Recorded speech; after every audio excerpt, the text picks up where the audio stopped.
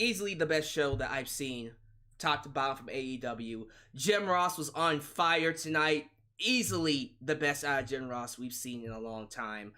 Everybody on commentary. We had Don Callis, the former commentator alongside, was it Josh Matthews in Impact Wrestling? He was also doing commentary in New Japan Pro Wrestling. Now he's an EVP, if I'm not mistaken. He's an executive producer. Vice president, I think. Executive vice president over at Impact Wrestling. Well, he was here tonight to commentate for Kenny Omega's match. He helped. He really did help. But, yeah, on fire, the commentary was. Also, real quickly, the audience, the crowd there was loud. Now, they only had, I think this was 15% capacity tonight. About 15% capacity. So it was only a little bit over 1,000 fans. Still, they were loud. This show went at least 3 hours and 30 minutes. I'm pretty sure it went just a little bit longer than that. They weren't quiet at all. They were loud throughout the entire night.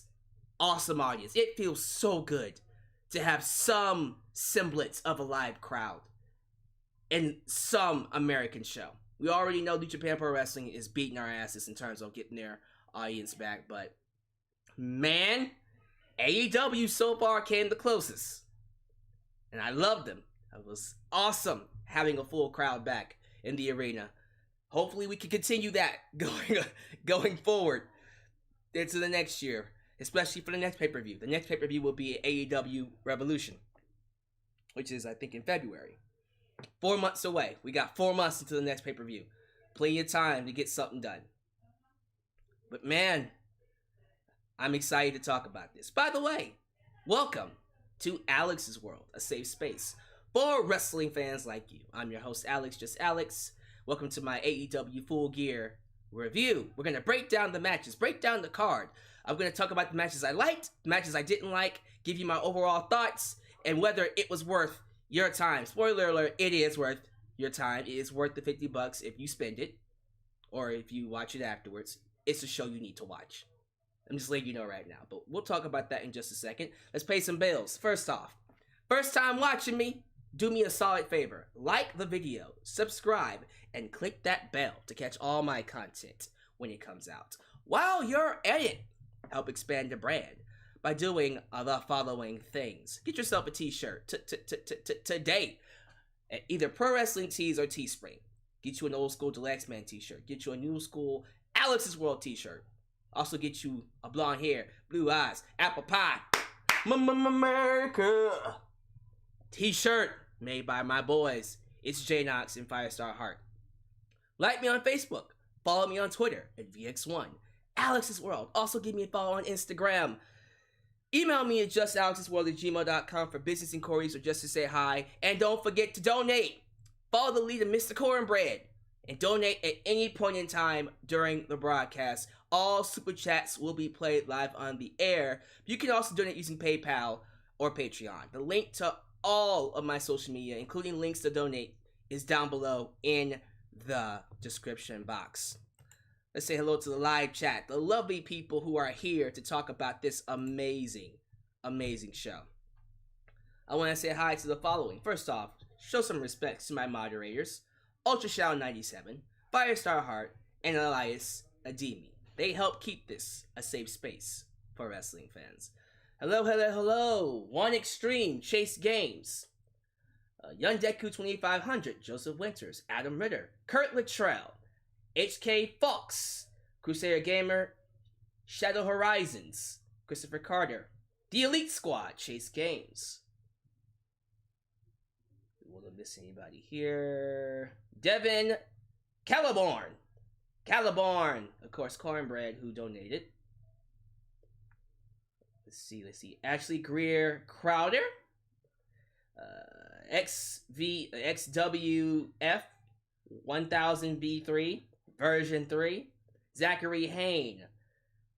NJPW Girl. White Boy Groove.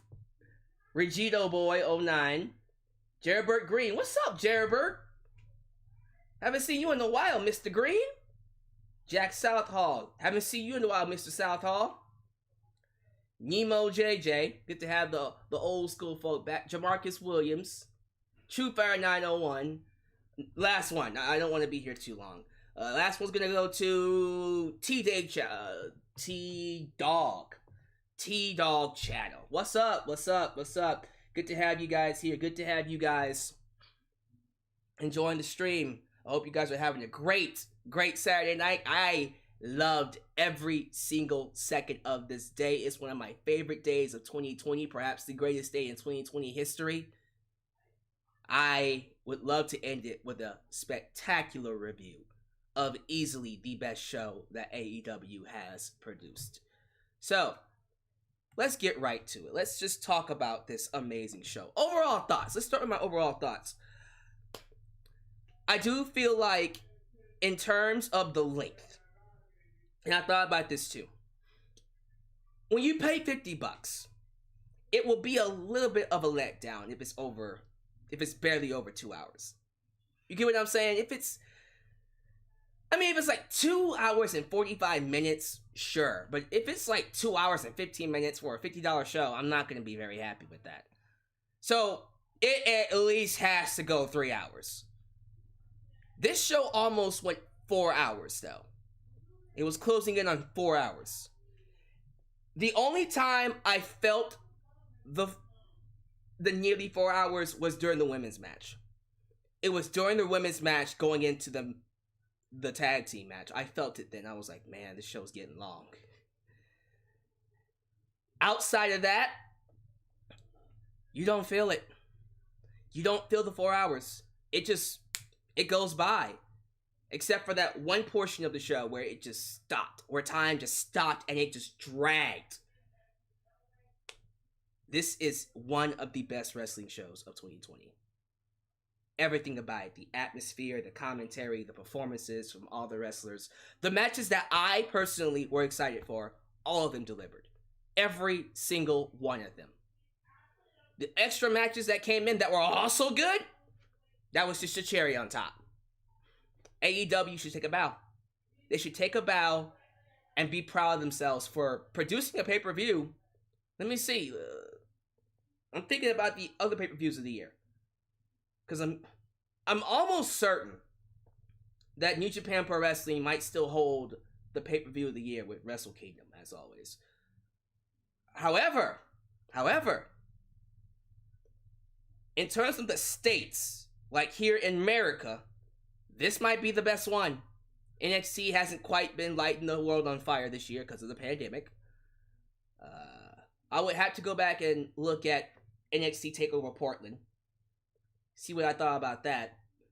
That might be just as good as this one. But outside of NXT TakeOver Portland, yeah, this might be pay-per-view of the year for the States. It's that good. I can't think of I can't think of any other show that's better than it. During a pandemic, AEW managed to put out their best show. That's a testament to how good they are. Imagine if this show... Now, it had 1,000 fans. Like, at least over 1,000 fans there. Imagine it having 15,000. It would have been even better. So take a bow. Take a bow, All Elite Wrestling, for producing one of the best shows this year.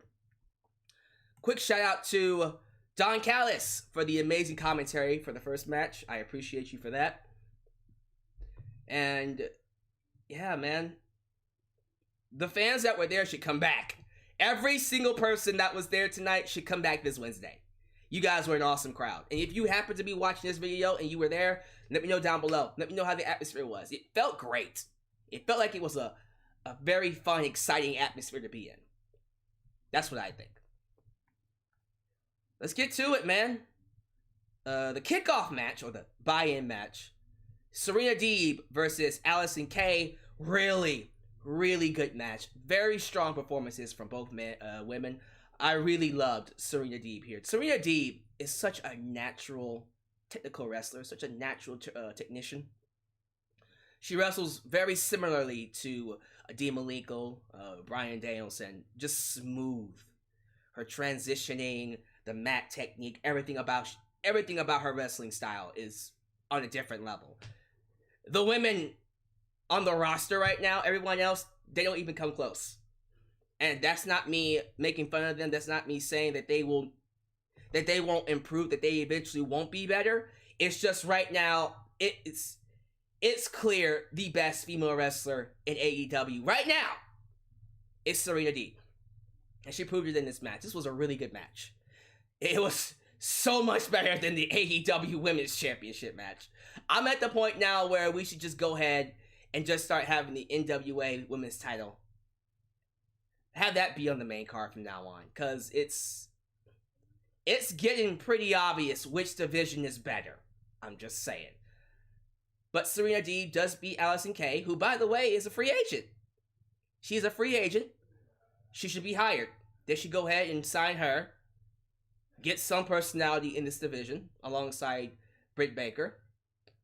And it was also great to see Thunder Rosa made a special guest appearance and basically challenged our girl Serena Deeb to an NWA Women's title match. Is it going to be on AEW? We will have to see. I hope it's on AEW TV. Might as well be. You know what else? When Thunder Rosa's contract officially expires with NWA, go ahead and bring your butt to AEW. Now, I know I've said many times before that it's on her. She gets to choose wherever she wants to go. If she wants to go to WWE, she has that right. Whatever makes her happy. I want her in AEW. I don't trust WWE to use her properly. I don't trust them to treat her properly. I think they're going to bury the fuck out of her. Because Vince didn't create Thunder Rosa. She created herself. I think AEW is the place for her. And she could do wonders. She already is doing wonders for the women's division. She could do much more for this division. By the way, bring Tessa with you. If you won't mind. So yeah. Very fun. Very, very fun buy-in match. A good way to get people to buy into this pay-per-view. See what I did there? Let's get right to it. Let's get right to the main card. We open things up to the shock of a lot of people with the finals of the World Championship Tournament. Kenny Omega versus Hangman Adam Page. I was certain this would be the semi-main event, but no, we opened the show with this one.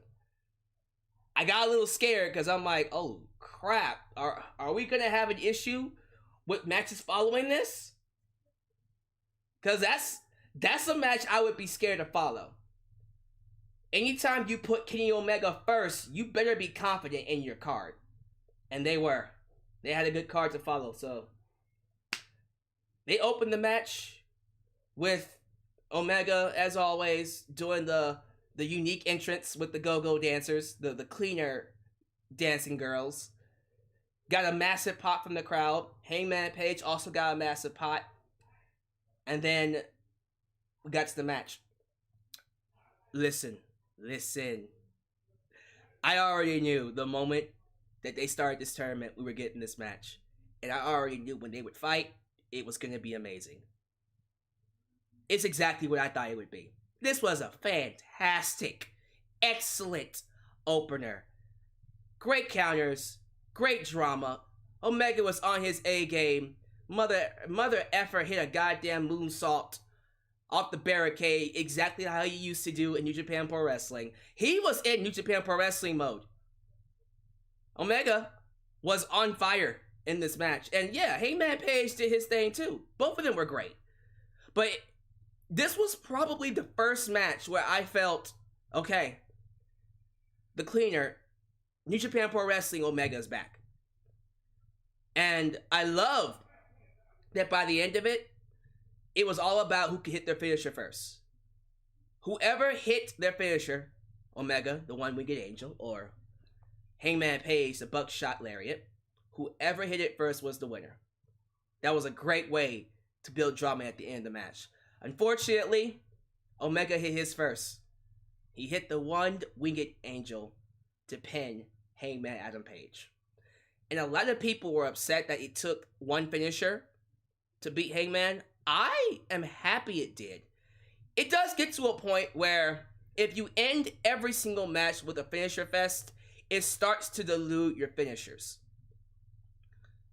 And of all finishing moves, to end a match with one use, yeah, it's the one-winged angel, the same move that helped Omega beat Okada and gave him arguably the greatest match in wrestling history. So yeah, I was absolutely okay with the finish just being a one finisher ending. Why not? What would you have had? Omega kick out of Paige's finisher and then Paige kick out of the one-winged angel? No, that would have pissed me off. That would have been a dumb move. I'm happy that they ended it. I'm happy that they ended it on the note of, if Hangman Page would have hit his finisher first, he most likely would have beaten Omega.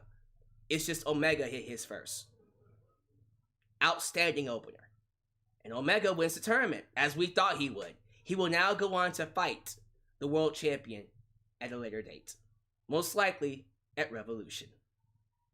Man, I can't wait. I can't wait to see Omega get the championship back. By the way, spoiler alert, I do believe Omega, when he does cash in this opportunity, he will win. He will win. Omega will be your next AEW World Champ. Just putting it out there right now. I think it's time. It's time. It's time that he takes his spot at the top of the mountain. And I think he's going to be a great champ. He's going to be a great champ. Will he have a long run? I don't know. But as of this point in time, I see no reason why he wouldn't win his championship match. Moving on! Well, Super Chat first.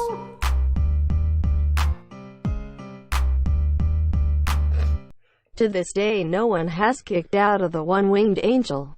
I have a feeling that streak is about to be broken. Although I think Omega will still win the match. I think the time for someone to kick out of that will happen in the world title match. And it's going to be crazy. It's going to be huge. So, the next match on my list was originally on the pre-show, the buy-in, and they moved it to the card.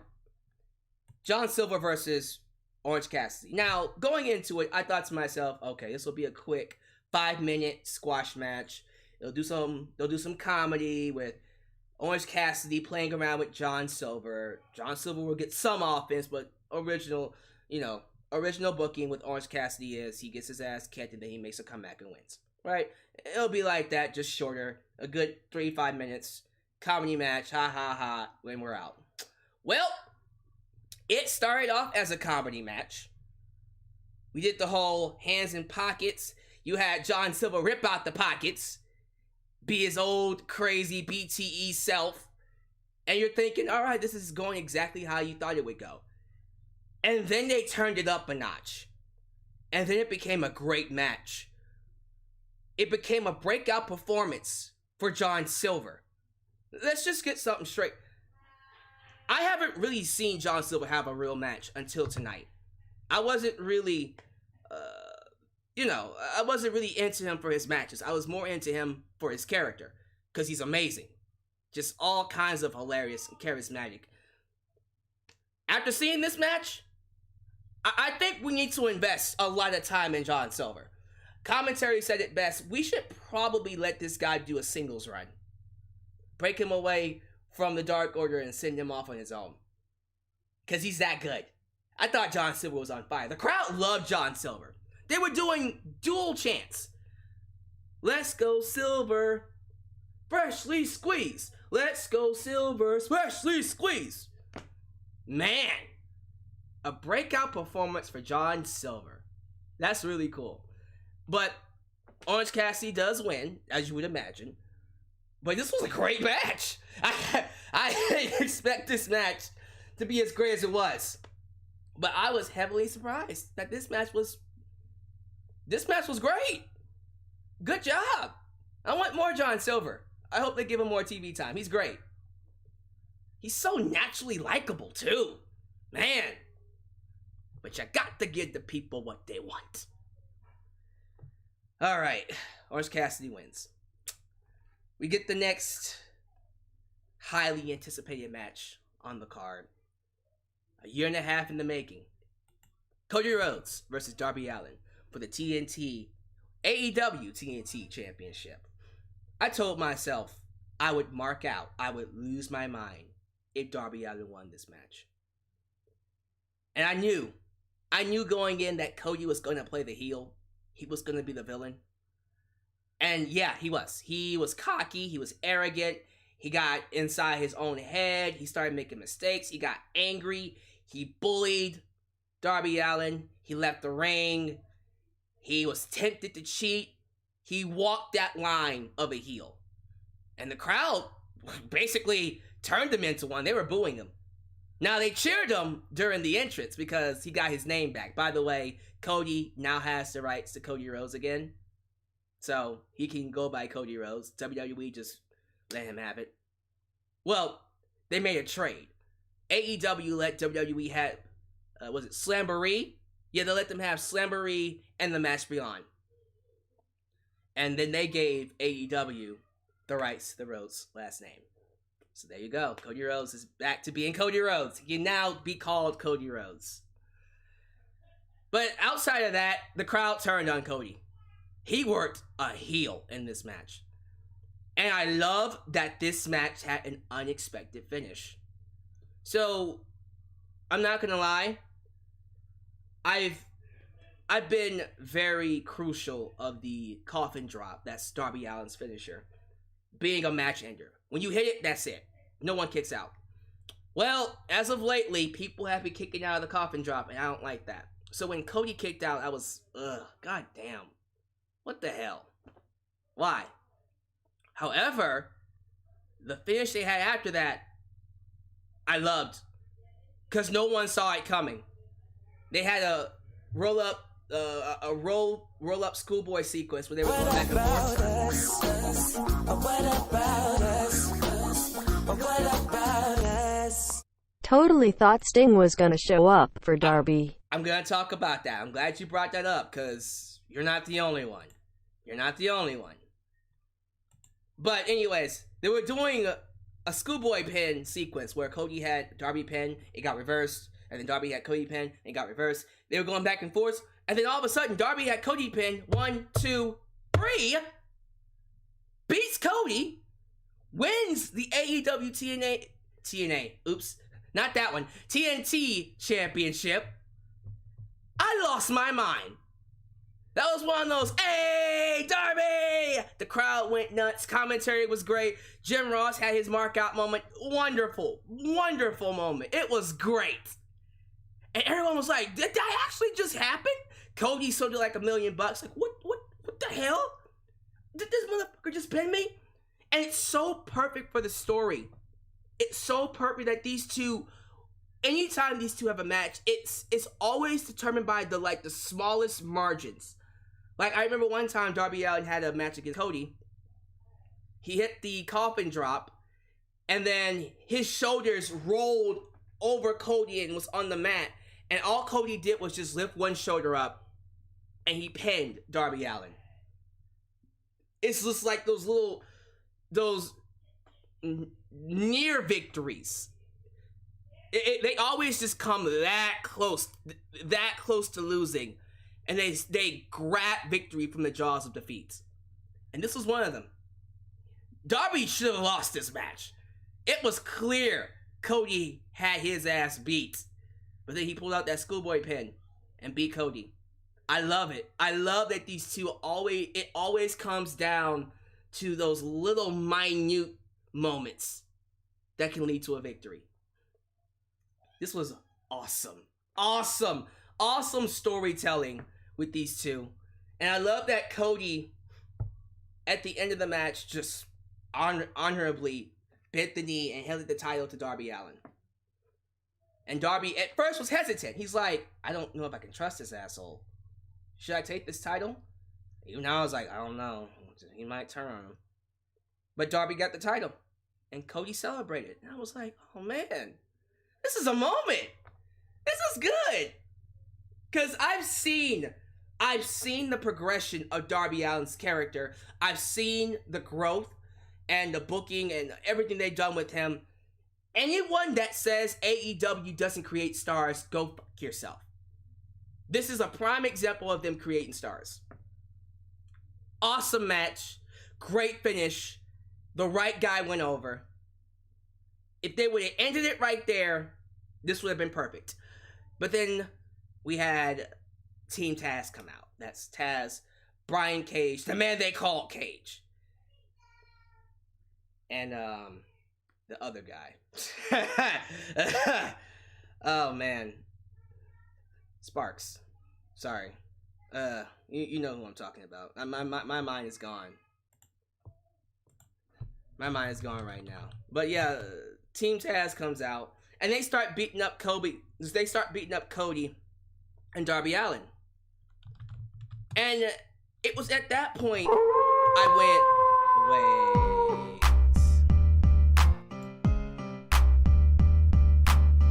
Why you didn't want to do live reaction for AEW Full Gear tonight? Because it's 3 hours and a half. Dude, I would have been tired. And look, if I was going to do a review, I didn't want to do live reactions and a review. I would have been done. There would be no review. Sorry. So this was the best way to go about it. Can't always do live reactions, man. Ricky Starks. That's his name. Ricky Starks. I don't know why I was thinking Ricky Sparks. Ricky Starks. Ricky Starks, Taz, and the men they call Cage. Alright, so they're out there, they're whipping ass. And I'm thinking to myself, you know what? All these rumors of Sting debuting, this would be the right time to do it. So I'm just waiting like, okay, is Sting going to appear from the rafters and fall down? Is he? But the attack keeps going. Cody's laid out, Darby's laid out, and we do have someone come and save him, but it's Will Hobbs. And you go, aw, that's disappointing. I didn't like this. I didn't like it. It feels like this was supposed to be where Sting debuts, and he just didn't show up. So they had Will Hobbs go out there and make the save anyways. I don't know. In my opinion, if the idea was for Sting to come out and make the save, the moment that he doesn't show up, that you know he doesn't show up, cut this segment. Cut it. I know that you had Team Taz promise they were going to do something. Fine. Do something else. Do a backstage promo or something. I don't know how I feel about the post-match beatdown following such an amazing match. I feel like it should have just been Darby Allin winning the title. And that's it. Let him have his moment. You sacrifice his moment for a subpar beatdown that didn't really do much for anybody. I would have killed the beatdown, probably done it on Wednesday. Still do it, but do it on Wednesday to start that feud. But let Darby have this moment. I didn't like that. I don't like that it killed his moment. But okay, I'm not booking the show. I'm just giving you my opinion. What was easily the weakest match on the card was the Women's Championship, the AEW Women's Championship. Once again, Hikaru Shida took on Nyla Rose. This match was nowhere near as good as their Double or Nothing match. Their Double or Nothing match was great. This, below average. This was not. Look, I understand that during this pandemic, AEW lost access to a lot of their women. A lot of the women that they had on the roster just couldn't come. They couldn't perform. Not their fault. It is what it is. They lost access to the women overseas, the New Japan Pro Wrestling. The women that they use from Japan, a lot of the women they use from the UK. The roster was cut. The women's roster was handicapped. So there's not much you could do. With that said, there was no excuse for how horribly built this match was. I didn't give a damn about anyone in this match. And I like both Nyla Rose and Hikaru Shida. Especially Hikaru Shida. I've become a big fan of hers. I didn't care about this match. Because they did a horrible job building up to it. This felt, and I don't like making this comparison a lot, but I think I had to say it to get my point across. This felt like a WWE build. This is the kind of match that you throw on at the last second because you need to fill up the card. I hated the way they built this match. And then the match happened, and I'm not gonna lie, I thought they were kind of off. I was falling asleep during this match, man. I felt the length of the show.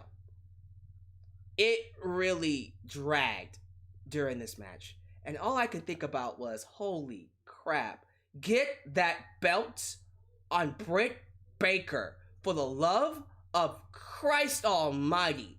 Get the belt on someone with a story, with a character, with the ability to make me care. Hikaru Shida, as great of a wrestler as she is, she doesn't have the presence, the tools, the charisma to make me care. She doesn't. Because in circumstances like this, when you don't have a roster, she flounders. What about And I don't want to be an asshole, but it's true. about us? What about us? You're talking about the Shine women from Japan. Yeah, the ladies from Shine. Appreciate that. But yeah, I don't want to be mean. I don't want to be an asshole when I say that, because I know they are trying. And that's one thing, too, I want to give them credit. These women are trying. They are doing their best to make the most out of this division. Here's the problem. It's not the women. Well, okay. Let's be real. Some of them are green. Some of them still need some work with psychology and making people care, and that's going to happen. But I don't put it all on the women. The booking of the women's division is literally AEW's weakness. It is the weakest part of this entire show. When the NWA women's division is more exciting than your women's division, we have an issue. We have a major issue. We gotta get this belt involved in a storyline. We gotta get this belt involved with someone with charisma, with the ability to make you care. The only person right now on your roster that has that ability is Dr. Britt Baker and Reba. So, look, Shida ends up beating Nyla Rose. Vicky Guerrero's pissed off at Nyla Rose. She ends up slapping her after the match because she got cocky during the match and basically screwed herself by picking up Hikaru Shida after she had her beat. But yeah, Nyla Rose is her own worst enemy. That's the booking we've been getting. That's the problem with it. That's another problem I hate. We already did this. We did this storyline with Riho. Nyla Rose would lose to Riho because she was her own worst enemy. And then she conquered that and became a long-running women's champ. So I was thinking that we would be done. We would be done with that storytelling. No, we're right back to it. Nyla Rose is her own worst enemy. Oh my goodness. We need some progression. Some progression. I hate going backwards. But yeah, Nyla Rose is her own worst enemy. Hikaru Shida beats her. Get that belt on Britt Baker. Do it to make her your next women's champ. She's the best thing you got. It's not an indictment on Hikaru Shida. It's not her fault. I'm not saying that she's the reason that this division sucks. I love Hikaru Shida. I watch her work outside of AEW. I've seen her stuff on Twitter, on social media. Very likable person. But I'm just telling the truth. She can't carry this division. She can't. So get that belt on someone who can. Whether it's Britt Baker or Serena Deeb. She works too. Someone that you can go, yeah, that's a women's champ. The weakest part of the show was this match. Following this is all. It's amazing. But you felt the lull watching this match. You knew, yeah, this ain't it. You're watching this going, this ain't it, man. This ain't it. I mean, come on, we gotta do something. Like, okay, who do they have in the women's division? We got Big Swole, we got Brandy, Britt Baker, Anna Jay, Tainara Conti, or Ty Conti. I love me some Tainara Conti. Do they have Shayna? The girl that dressed in a Dragon Ball Z outfit? Not Shayna Baszler, but the other Shayna. I love her. When is the alien girl? Her, the alien. The point your nose. Isn't she recovering from injury? She should be recovered by now, right? Yeah, let's do something different. Let's get someone else in there. Hell, at this point, push Anna Jay. Emerilla just said, apparently, Kylie Ray was supposed to be women's champ. Yeah, they were gonna go all the way with Kylie Ray, and then she left. I think that's probably a good reason why this division has fallen on deaf ears, because they put so much stock in Kylie Ray carrying the division. When she left, you were like, oh. Okay.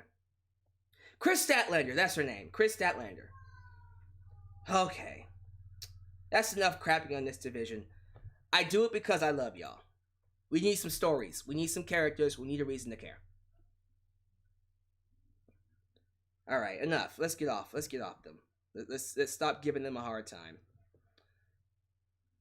The match of the night. Without a shadow of a doubt. Without a shadow of a doubt. FTR versus the Young Bucks. The match we've all been waiting for. A match, a dream match that was built up by sheer social media. F the Revival. And then these two finally got a chance. Finally got a chance to decide who was the best tag team. The moment WWE released the Revival, we already knew we were getting this match. And to their credit, they did an excellent job holding this off. Because they could have done this match, the very day that they came over to AEW? No. They let it simmer. They built into it. They built up to it for Full Gear. And we got it. It was everything I won't say, okay. I'll put it to you this way. Was this the best match these two could have? No. I am almost certain they can have an even better match than this. But for what they gave us, this was outstanding tag team wrestling. And here's why I love this match. It was a tale of two matches. It started off old school wrestling. The Young Bucks did an old school wrestling tag match. Yep, with psychology, with tag ins, with selling. But then, as the match progressed and it got more chaotic, it transitioned into a Young Bucks PWG style match. And I love they did it that way. And it's supposed to do that. As the match gets more, as it progresses, it's supposed to get more chaotic. And so the seamless transition into that Young Bucks style match, it felt natural. It felt like it should have happened that way. And I love that it started off traditional old school and then got more chaotic. And as it got more chaotic, FTR, who started out making the Young Bucks wrestle their style, ended up wrestling the Young Bucks style. Goddamn, Cash Wheeler did a 450! Cash Wheeler doing a goddamn 450! And you got I was gonna call him Scott Dawson. My bad. It's Dax Wheeler. Dax Harwood. Dax Harwood and Cash Wheeler. God damn it. Dax Harwood. Got it. Dax. Chopped his hand up against the turnbuckle post. Made it bleed, which gave them an even playing field because Matt Jackson came into the match with a sprained ankle or an injured ankle. So it took out his hand.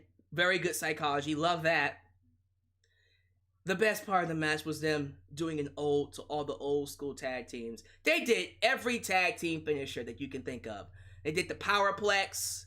They did the Heart Attack from the Heart Foundation. They did the Steiner Brothers Bulldog. They did the Spike Pile Driver from Arn and Blanchard. The Brainbusters. But then the Young Bucks, my boys, the Young Bucks did a 3D. Did the Hardy Boy combo, Twist of Fate, and then the Swanton Bomb. And I think they did...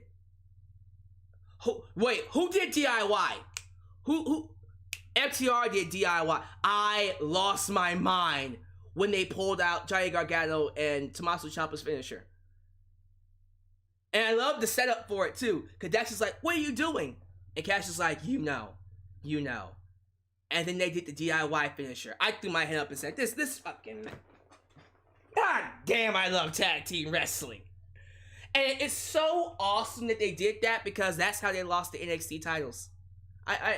Man, that was beautiful. It was beautiful that they put that in there. Anyways, I love the finish of the match. So, remember that 450 I told you about? The 450 that Cash Wheeler did? So, I love that because he tried that, it cost him the match. The Young Bucks made FTR wrestle their style, and they lost. Oh, yes! Storytelling, goddammit! When FTR wrestles their match, they're undefeated. They're the best tag team in the world. No one can beat them.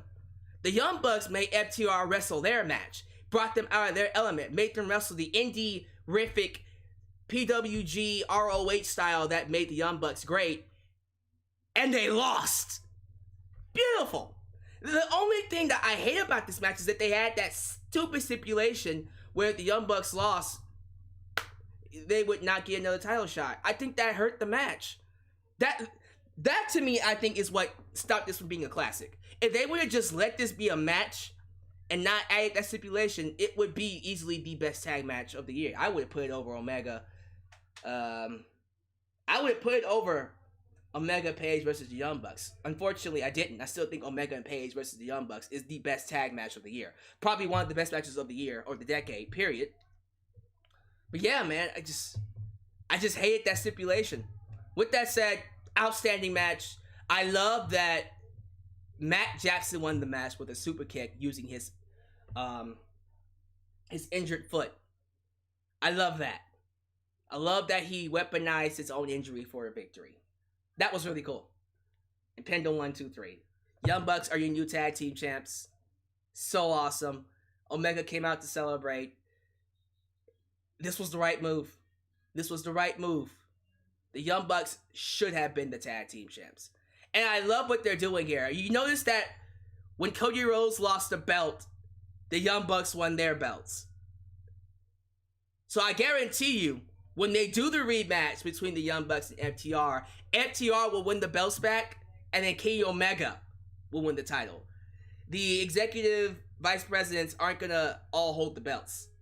Only one of them is going to be holding each belt. So if we get to Revolution, and the match card is FTR versus the Young Bucks, and then Omega versus Jon Moxley, if the Young Bucks retain, Moxley is going to retain. If FTR win the belts, then Omega's going to become the new champ. That's just a theory. I don't even know if that's going to be the case. They'll probably just all win the belts anyways. That's what I think is going to happen. But, yeah. Love this match. If you're a fan of tag team wrestling, this is definitely a match you gotta go watch. Oh, this was amazing. Good to have the Young Bucks back. It's great to have these guys back. I loved it. I loved it! Here we go. So, I knew the moment they announced the Elite Deletion, Matt Hardy versus Sammy Guevara, I knew that this was going to be a cinematic match. I knew we were going to go back to the Hardy compound. And I knew we were going to do old school Ultimate Deletion. What I didn't expect was how nostalgic this match would be. What I didn't expect is an appearance from Private Party, which is fine. From the Inner Circle, which was great. Gangrel, the Brood Gangrel, Hurricane Helms, Rebby Hardy, Senor Benjamin. I didn't expect any of that. Man, I'll tell you what. The moment I saw Gangrel show up, I said, you know what? Screw this. Screw the goddamn grade book. Fuck it. I'm just gonna sit back and watch. There was a point in this match where I just threw out the grade book and went, I don't even care anymore. This is awesome. This is goddamn fabulous. This is hilarious. I love this. You just have fun. That's one thing about us wrestling fans. We get so caught up in the technical aspects. We get so caught up in the moves and how a match should be structured, the right kind of build, the right outcome, the right length. We get so caught up in the details that sometimes we just forget to have fun. This felt like the Attitude Era. No pun intended. Because you had Gangrel. Seriously, this was a wildly fun match. I had a great time. I had a blast. It was kind of awkward that at first it was quiet and then the commentators started talking. I think what happened was Tony Khan said, yeah, I don't like that you guys aren't talking. Please start commentating. Please. Commentate. That would be nice. And they were like, all right. I mean, you should have just said that from the get-go. But other than that, this was everything you could imagine. It was weird. It was bizarre. Little wacky. Little cartoonish here and there. But that's exactly what you would expect from matches like this. It was everything I wanted it to be. I love this. I thought this was great. I don't care what y'all have to say. You can get mad at the ridiculousness, and that's fine. Being someone who's all about storytelling, who's all about nostalgia, who's also all about just tugging on my heartstrings of the Attitude Era, I love that they brought in Gangrel. As you guys know, Matt Hardy and Jeff Hardy were a part of the New Breed. That was Gangrel's new, the Brood after he broke up with Edge and Christian. New Brood with Matt Hardy and Jeff Hardy. And I don't think they ever did a storyline to explain them breaking away from Gangrel. They just ended it.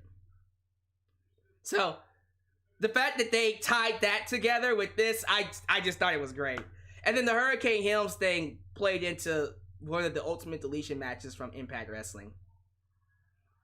I'm not even going to worry about you guys being lost on that. You really have to know everything about this. You really have to know what you're watching to understand what was happening. You gotta know your history with the wrestlers. You gotta know about the Ultimate Deletion matches. You gotta know who the hell they are to appreciate them. I thought it was actually very weird that Private Party and Chris Jericho's crew, the Inner Circle, were just kind of fighting randomly while Matt Hardy and Sammy Guevara were... I'm not kidding when I say this. They were having a firework gunfight. They had fireworks, literal fireworks, and they were shooting at each other. If you haven't seen the Impact Wrestling match, you're probably like, what the hell am I watching? I lost it when he pulled out the fireworks, because I'm like, this is what I wanted. I missed this. This is why I wanted Broken Matt Hardy to come to WWE. Whatever, we're getting it here at AEW. The ending to this match was absolutely insane.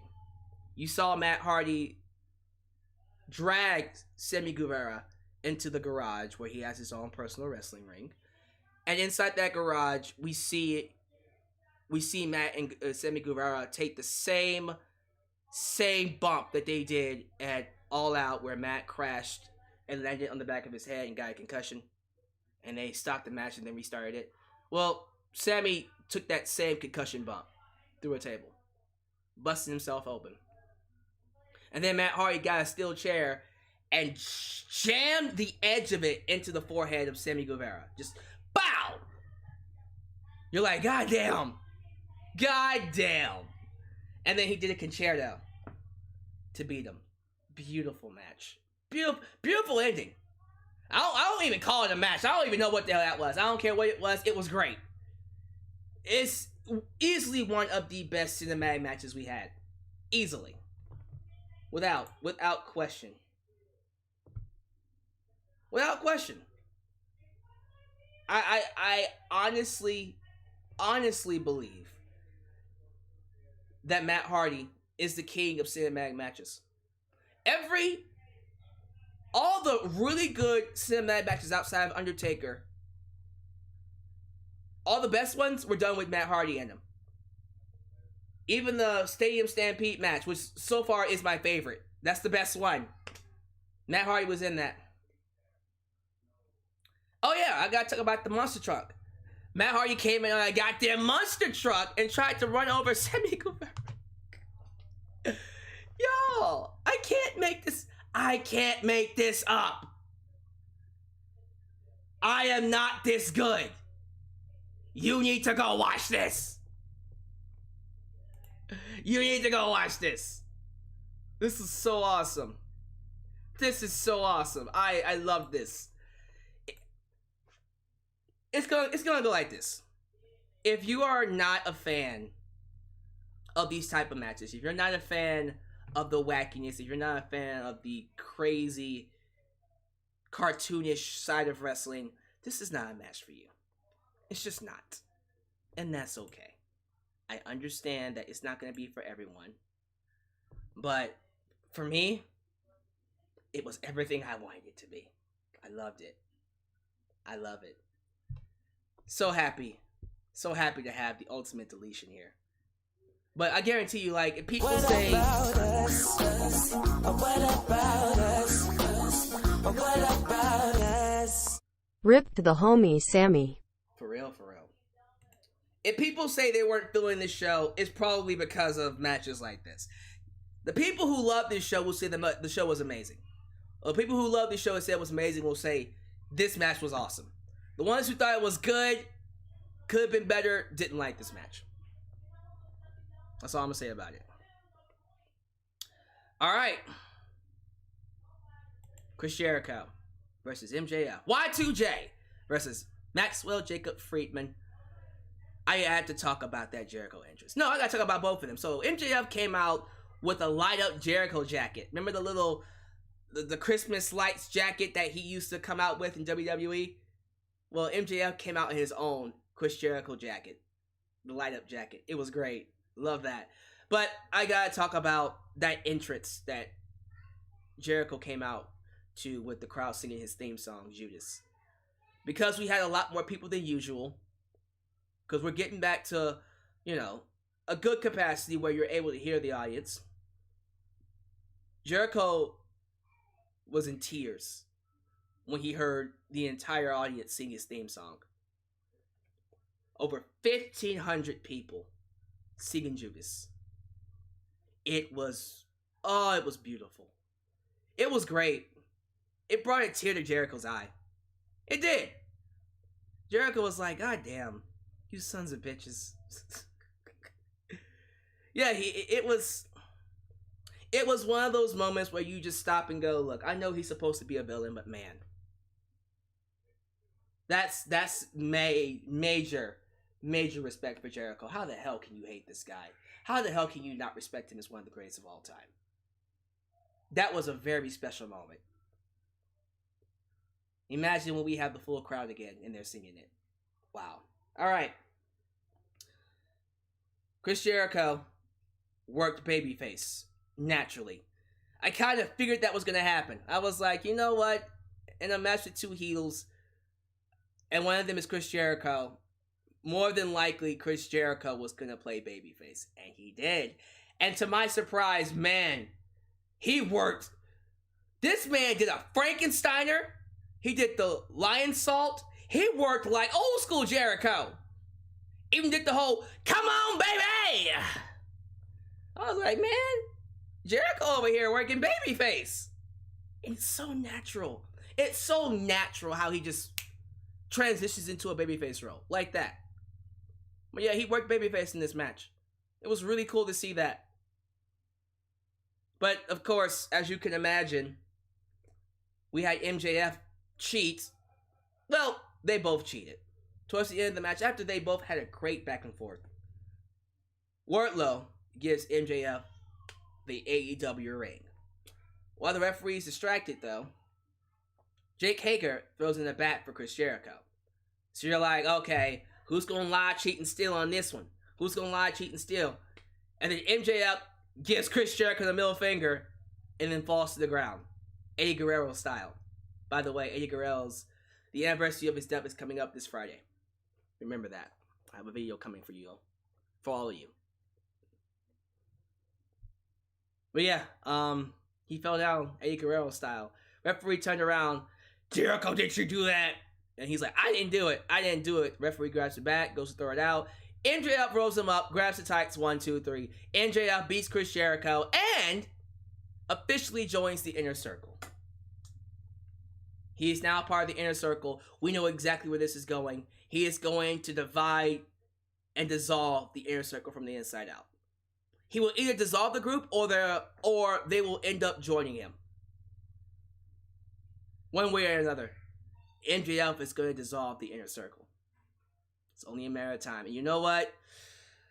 Yeah, it's a good run. It's a good time to let them go ahead and dissolve. It's going to be heartbreaking. I don't want them to dissolve, but yeah. Let's go ahead and make that happen. Kill it while it's on top. That's my thoughts. So yeah, MJF beats Chris Jericho, and he is now a part of the Inner Circle. And then we get the main event of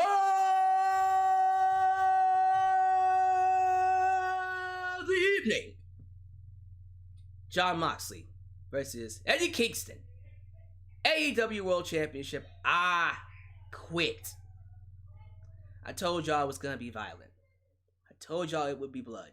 I told y'all it was gonna be some things that make you quit and go, oh my god, that's violence. And some of y'all went, no, that's not gonna happen. Nah, they're not gonna do that stuff. Nah, they're not gonna do what they did with Omega and Moxley, because they went too far and then they got in trouble with fines. There's no way.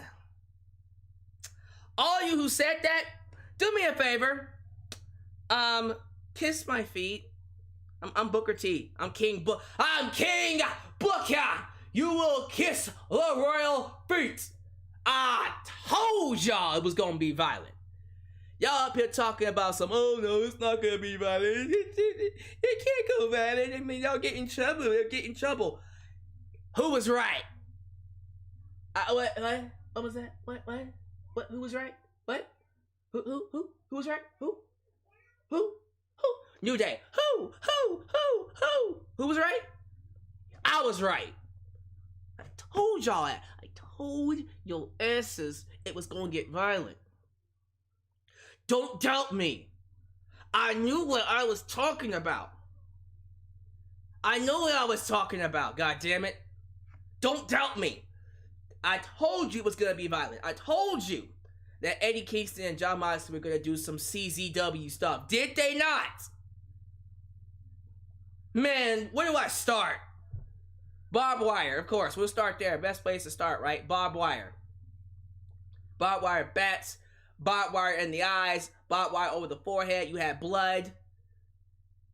Goddamn thumbtacks. Of course, Eddie Kingston thumbtacks. And then Eddie Kingston, after dumping Jon Moxley on the thumbtacks, gets a bottle of alcohol.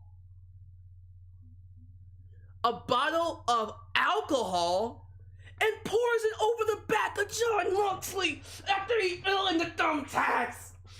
And then you see it all bubbly and stuff. Yo. Oh, that was brutal. And I said to myself, oh, we're doing a flaming table. Oh, we're definitely doing a flaming table. We didn't do a flaming table. Not in this one. This isn't Vampiro. Probably would have, though. I think they probably had that in mind. They probably said, okay, that's a little much. Man, it was brutal. And the ending was even more brutal, with Jon Moxley locking in the Bulldog choke with his arm wrapped in barbed wire.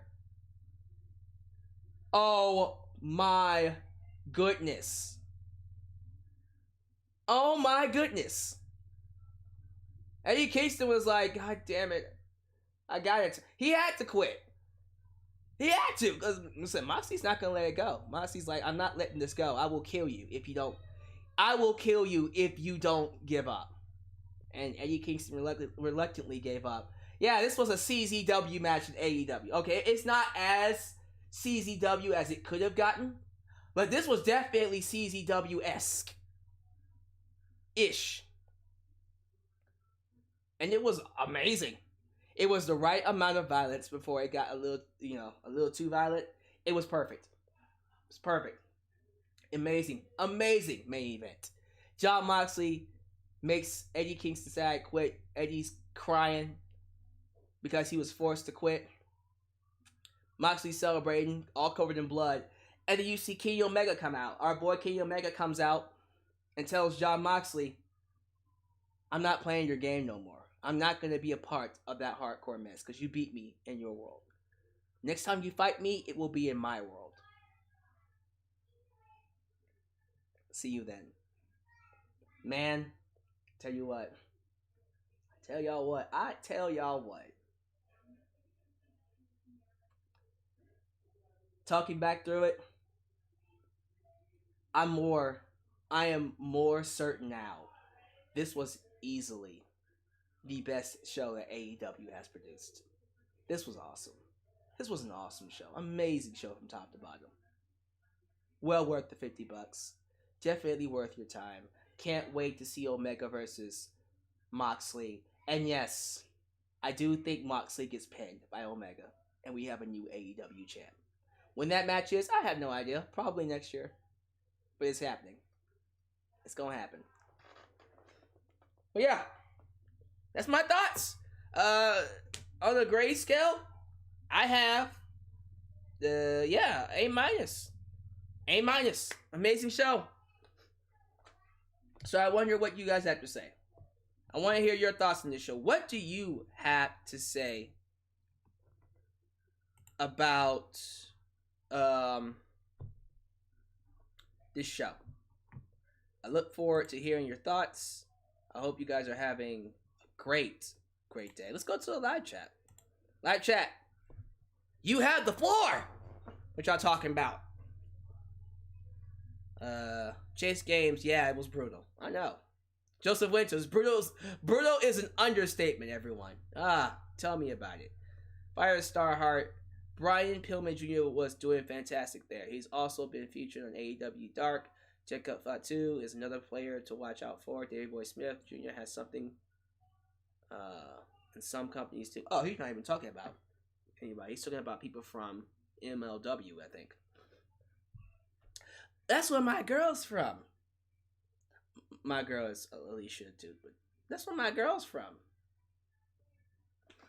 Alex King, who is your favorite wrestler and group? Well, he asked that to New Japan Pro Wrestling girl, but I'll answer it. Favorite wrestler right now, today? Still Bryan, still Daniel Bryan. Favorite group? Undisputed Era. For right now. Let's see here. The New Legend calls it a pay-per-view of the year contender for sure. Oh yeah, absolutely. Christopher Carr gave it 9.8 stars out of 10. Wow. It's pretty good. Catherine says, was CZW really that brutal? Catherine, do me a favor. Type in CZW's most brutal moments on YouTube and watch. You'll see that, yeah, it was that violent, if not worse. Devin Caliborn. This show was crazy. Oh, absolutely. Nemo JJ. Not everything in 2020 isn't that bad. Is that bad? Sasha Banks defending her championship successfully. A-Girl was mentioned 2 times. That was great. We got a freaking firework gunfight, people. Yeah? The end of 2020 is looking pretty strong. That's for sure. Great way to end 2020 for AEW. I completely agree. They made up for themselves. I said AEW's last pay-per-view, All Out, was one of their worst ones. Probably the worst one they've done. They pulled through with this one. This made up for All Out, for sure. Moxley versus Kenta in Tokyo. Yeah, apparently Moxley will be taking on Kenta during Wrestle Kingdom. That should be a crazy match. Sasha retained? Yeah, she retained against Bayley. And the feud's over. They're moving on from Sasha and Bayley. They're going to do Sasha versus, I think, Cameron for now. Crusader Gamer says 2020 was a dumpster fire. Oh, I agree. This shitty year can end. For sure. Chase Game says he's not even looking forward to Survivor Series. I am, because it's a very special, it's always special to do streams about that. That's just how I operate.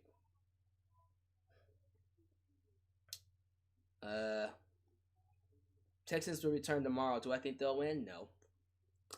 Football sucks, y'all. I don't know why y'all watch it. Nemo JJ. Oh yeah, Joe Biden is the new president. Bye, Trump. I did a video on that, and I lost subscribers. It's hilarious. Don't worry, I'm about to make it all back. I'm almost certain this broadcast will get all those subscribers back. Not the ones that left, but just keep me new subscribers to replace them. Always growing. You can't stop this train. You can't stop this gravy train. Wrestle Kingdom is going to be insane this year. Wrestle Kingdom is going to be nuts. That's for sure. Ultra Shadow 97. Today was a good day. We got a new president, and AEW gave us an incredible pay-per-view. Yeah. Period. Done. Your stream I'll look forward to, not just the show. Absolutely. Do I think NXT is mad? I would be. Crusader Gamer, but it looks like, but end of the year is looking pretty good. 2021 is around the corner, and Donald Trump is officially out of office. Oh, it's looking like the end of the year is looking pretty good. I agree. Trump versus Biden UFC fight. Biden's the new champ. Oh yeah. Oh yeah. Oh yeah. You know it. Look at all these super chats coming in. Let's have a super chat party. Super chat party. Also like the video. Like the video, y'all. Get them likes up. Run them likes up. Run them likes up, goddammit. 64 likes. We should be more than that. Run them likes up. I ain't playing with y'all. I ain't playing with y'all. Run them likes up. Run them likes up. What about us? What about us? What about us? Kingston, Mox was violent but no tea like last year. Oh, yeah, everyone says that last year was still more violent. It was. But this was I feel like this was the right amount of violence to make people not bitch. Because I noticed that a lot of people were really, the ones who I thought would hate this match, ended up loving it. Because it was the right amount of violence for them. I personally would have liked it to go just as far as they did last year, but that's just me.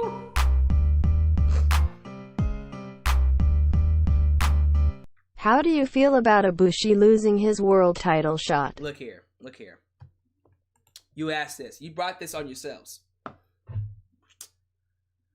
As soon as I heard that Ibushi lost his opportunity, I already said to myself, okay, he better get the rematch at Wrestle Kingdom. Because they already said that he cheated. He cheated to beat Ibushi. Jay White is who he fought and lost the briefcase to. I'm almost certain that night one they'll do a rematch with Kota Ibushi beating Jay White because Evil will interfere. And then we get back to my boy getting his main event opportunity. I will personally hate New Japan Pro Wrestling. I will turn against this company so fast if they took this away from Kota Ibushi and they never give it back to him.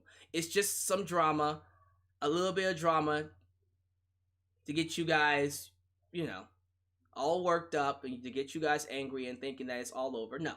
More than ever now, it's going to be Kota Ibushi's moment. He's going to beat Jay White for the briefcase and then beat our boy Naito for the title. It's coming. It's coming. It's coming. I should get the Young Bucks to say Super Chat Party.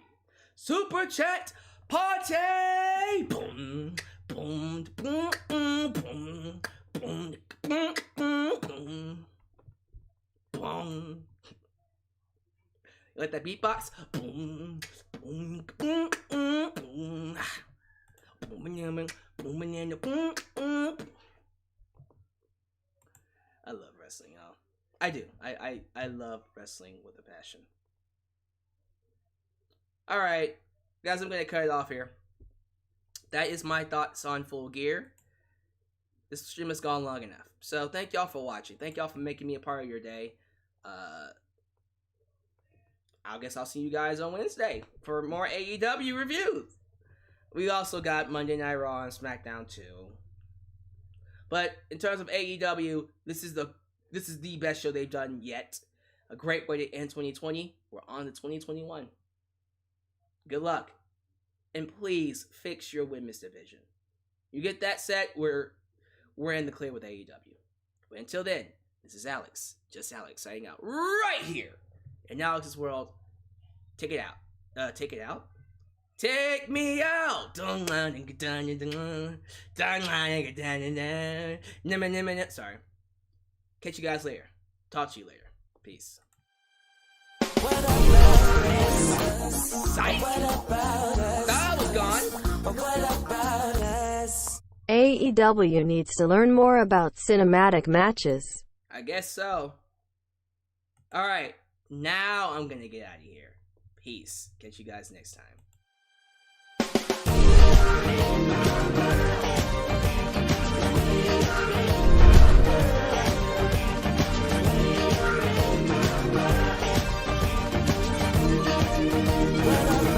Oh my god!